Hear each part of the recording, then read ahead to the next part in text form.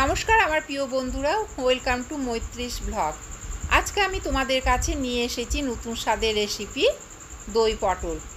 এই দই পটল কিভাবে তৈরি করছি তোমরা নিশ্চয়ই রেসিপিটা প্রথম থেকে শেষ অবধি দেখতে থাকো। রেসিপিটা ভালো লাগলে নিশ্চয়ই তোমরা একটা সাবস্ক্রাইব করতে ভুলবে না। পাশে যে বেল আইকন আছে সেটা প্রেস করলে তোমরা আমার অন্যান্য রেসিপিগুলো দেখতে পেয়ে যাবে। শুরু করছি আজকের রেসিপি দই পটল। এখানে আমি 10-12খানা পটল নিয়ে নিয়েছি। পটলগুলোকে ভালো করে খোসা ছাড়িয়ে নিয়েছি। খোসা ছাড়িয়ে এর মধ্যে নুন হলুদ ভালো করে মাখিয়ে নিয়েছি। এরপরে আমি দেখো পটলগুলোকে কিভাবে কেটেছি। পটলগুলোকে দুদিকে চিড়ে চিড়ে দিয়েছি, দুপাশে চিড়ে নিয়েছি, যেহেতু এখানে পটলের মধ্যে নুন হলুদ ঢুকে যাবে। নুন হলুদ ঢুকলে কিন্তু স্বাদটা ভালো লাগবে, তাই আমি দু মুখে চিড়ে নিয়েছি। চিড়ে নিয়ে ভালো করে নুন হলুদ মাখিয়ে 10 মিনিটের মতো রেস্টে রেখে দেব। এই পাশে একটা কড়াই বসিয়ে দিয়েছি। কড়াইয়ের মধ্যে তেল দিয়ে দিচ্ছি বেশি করে, অনেকগুলো পটল আছে তাই বেশি তেল দিয়ে দিলাম। তেল গরম হয়ে এসেছে, ভালো করে আমি হাত দিয়ে দেখে নিলাম তেলটা গরম হয়ে এসেছে। এরপরে পটলগুলোকে ছেড়ে দিলাম। পটলগুলো বাদবাকি পটলগুলো একসঙ্গে আমি ছেড়ে দিচ্ছি।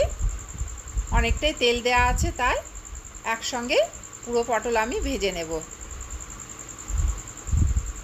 পটলগুলো বেশ ভাজা ভাজা হয়েছে, আবার আমি ঢাকা দিয়ে দিলাম।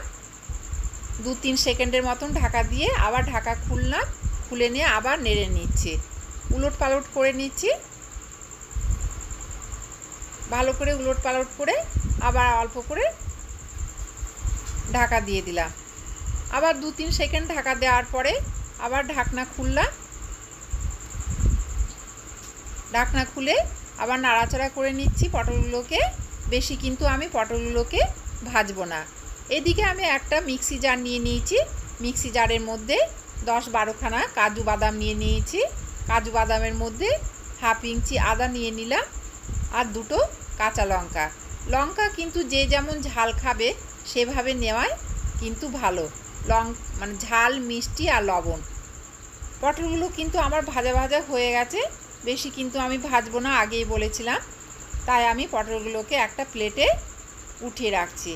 এদিকে এই পেস্টটা হয়ে গেছে। পেস্টের মধ্যে আবার আমি দই নিয়ে নিলাম।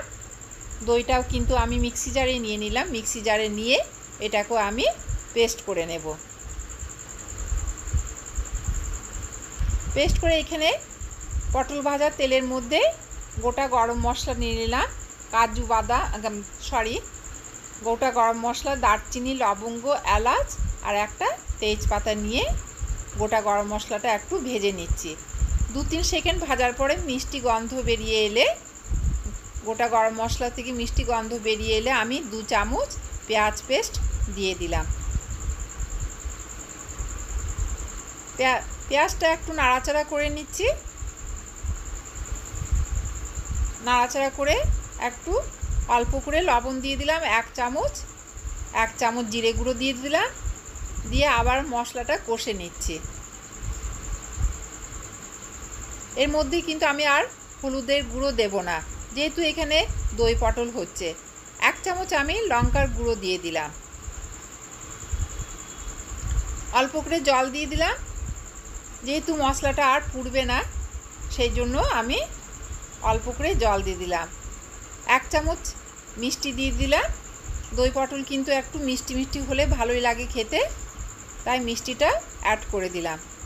এরপরে যে পেস্টটা করেছিলাম সেই পেস্টটা এই মশলার মধ্যে দিয়ে দিলাম। দিয়ে ভালো করে একটু মশলাটা নেড়ে চেড়ে কষে নেব।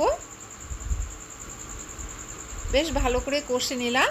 এরপরে এখানে পটলগুলো আছে, ভাজা পটলগুলো এর মধ্যে দিয়ে দিচ্ছি। দিয়ে আবার ভালো করে নাড়াচাড়া করে নিচ্ছি। একসঙ্গে মিক্স করে দিলাম। দেখো ভালো করে ওপর নিচ করে মিক্স করে দিচ্ছি যাতে মশলাটা পটলের মধ্যে ঢুকে যায়।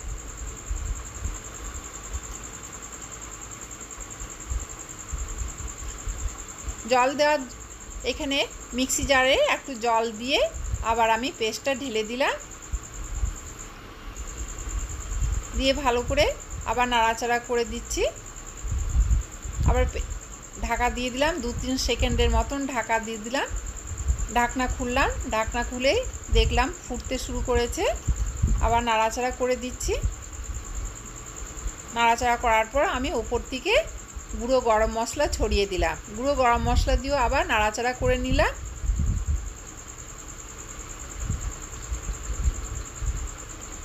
আবার একটু 2-3 সেকেন্ড ঢাকা দিয়ে রাখলাম।